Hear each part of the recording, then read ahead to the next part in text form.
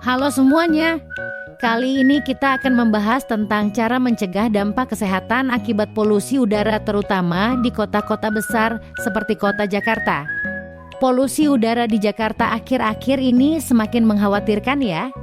Tahukah kamu bahwa partikel-partikel polutan di udara dapat masuk ke dalam saluran pernapasan manusia dan berpotensi menyebabkan gangguan pernapasan, iritasi mata, dan bahkan penyakit jantung dan paru-paru yang serius.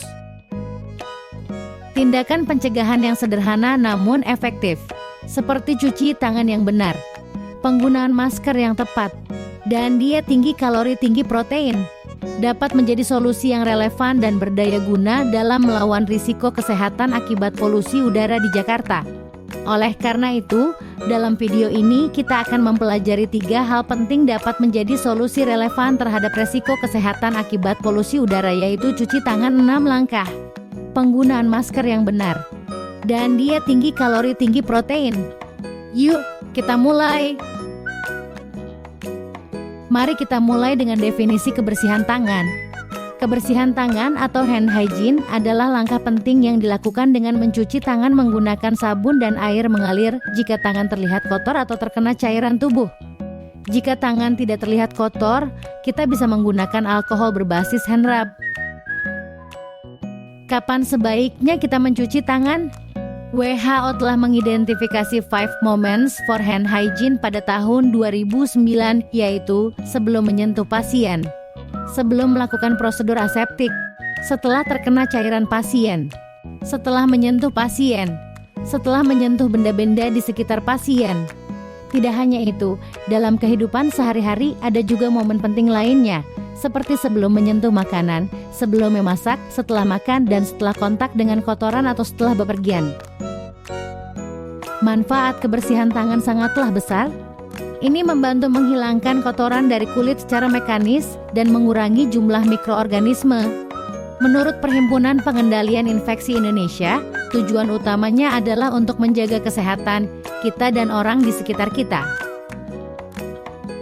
Sekarang, mari kita pelajari langkah-langkah cuci tangan menggunakan hand rub yang bisa dilakukan dalam 20 hingga 30 detik. Pertama-tama tuangkan 3 hingga 5 cc antiseptik berbasis alkohol ke telapak tangan. Kemudian gosok kedua telapak tangan hingga merata. Lalu gosok punggung dan sela-sela jari tangan kiri dengan tangan kanan. Gosok kedua telapak tangan dan sela-sela jari. Kunci jari-jari sisi dalam dari kedua tangan bergantian. Kemudian gosok ibu jari dengan gerakan berputar. Dan yang terakhir, pastikan semuanya kering. Sekarang, langkah-langkah cuci tangan dengan sabun dan air seperti yang direkomendasikan oleh WHO dalam 10 langkah, yaitu pertama-tama basahi tangan di bawah air mengalir. Kemudian tuangkan sabun secukupnya ke telapak tangan. Lalu ratakan sabun hingga kedua telapak terkena sabun. Kemudian gosok punggung tangan kanan dengan tangan kiri, lalu ganti tangan. Lalu telapak tangan bersentuhan dengan jari yang disilangkan. Letakkan punggung jari pada telapak tangan satunya, jari saling mengunci. Gosok ibu jari dengan gerakan berputar. Gosok jari-jari pada telapak tangan lainnya untuk membersihkan kuku. Lalu bilas dengan air mengalir. Dan yang terakhir, keringkan dengan tisu sekali pakai. Selanjutnya, mari kita bahas penggunaan masker yang benar. Penggunaan masker dapat membantu melindungi kita dari paparan polusi udara dan penyebaran penyakit. Berikut adalah beberapa hal yang perlu kita ketahui. Ayo kita simak.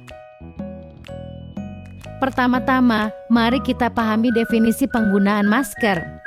Memakai masker memiliki manfaat besar dalam mencegah penyakit menular dan melindungi diri dari efek buruk debu dan kuman yang tersebar di sekitar kita yang dapat terhirup oleh hidung atau mulut. Akan tetapi, sayangnya seringkali penggunaan masker diabaikan, terutama saat berada di kendaraan.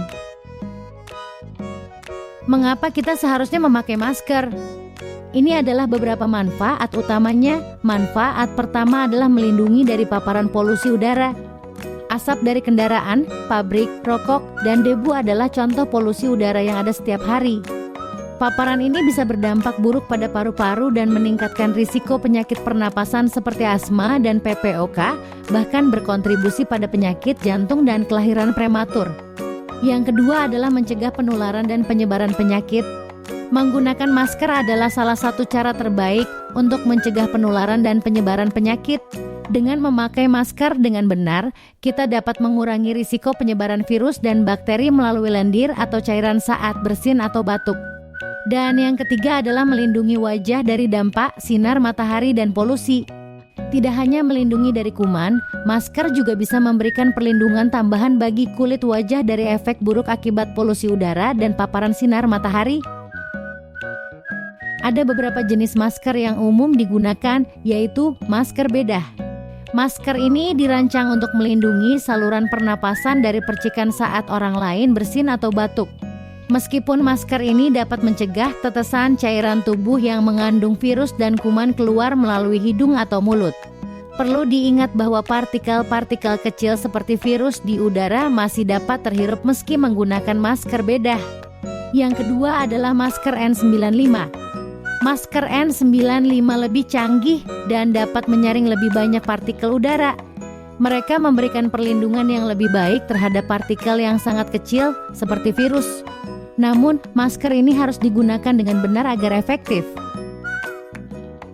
Bagaimana cara menggunakan masker dengan benar? Ini adalah langkah-langkahnya. Sebelum menyentuh masker, jangan lupa lakukan langkah-langkah cuci tangan yang telah dijelaskan sebelumnya ya. Pertama-tama carilah cacat pada masker. Ketika mengambil masker baru dari kotaknya, cek terlebih dahulu untuk memastikan tidak ada cacat atau lubang atau sobekan. Jika ada cacat maka jangan gunakan masker tersebut dan ambil masker baru lainnya. Yang kedua, orientasikan bagian atas masker dengan benar. Agar masker pas dipakai, bagian atasnya memiliki sisi keras yang dapat ditekuk untuk menyesuaikan bentuk hidung. Pastikan sisi tersebut menghadap ke atas. Lalu pastikan sisi yang benar menghadap keluar.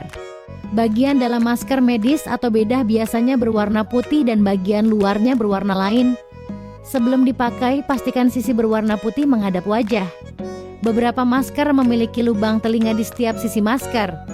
Lubang tersebut normalnya terbuat dari bahan elastis sehingga bisa meregang. Ambil bagian lubangnya dan pasang satu persatu di telinga. Sesuaikan porsi penahan hidung. Setelah masker terpasang, gunakan telunjuk dan ibu jari untuk menekan sisi atas masker yang dapat ditekuk agar pas di batang hidung. Kencangkan masker ke wajah dan di bawah dagu.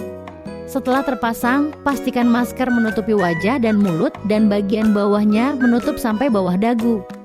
Setelah kita mengenal langkah mencuci tangan dan memasang masker dengan benar, maka terakhir mari kita bicarakan diet tinggi kalori tinggi protein. Diet tinggi kalori dan tinggi protein bertujuan untuk menjaga kesehatan tubuh kita melalui pilihan makanan yang tepat. Apa saja yang perlu kita tahu? Yuk kita simak. Mari kita mulai dengan mengenal apa itu diet tinggi kalori tinggi protein atau yang biasa disingkat dengan diet TKTP. Diet TKTP adalah pengaturan jumlah protein, kalori, dan jenis zat makanan yang kita konsumsi setiap harinya dengan tujuan menjaga kesehatan tubuh kita. Diet TKTP memiliki beberapa tujuan penting, yaitu memberikan makanan secukupnya. Dalam diet TKTP, kita memberikan makanan dalam jumlah secukupnya atau lebih dari biasanya, terutama untuk memenuhi kebutuhan protein dan kalori. Kebutuhan ini kadang-kadang melebihi asupan normal. Mencapai berat badan ideal. Diet TKTP juga digunakan untuk menambah berat badan hingga mencapai tingkat normal.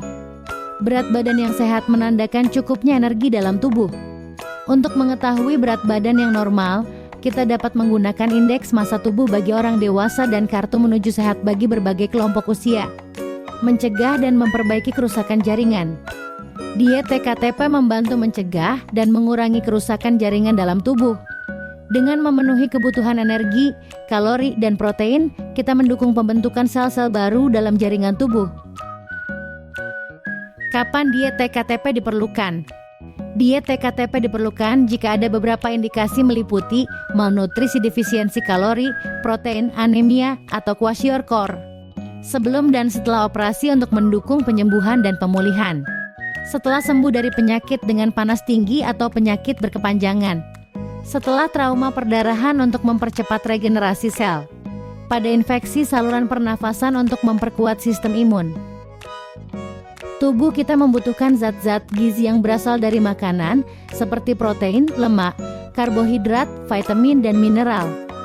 Ini memberikan tubuh kita sumber energi, zat pengatur, dan zat pembangun yang diperlukan untuk kebutuhan gizi kita.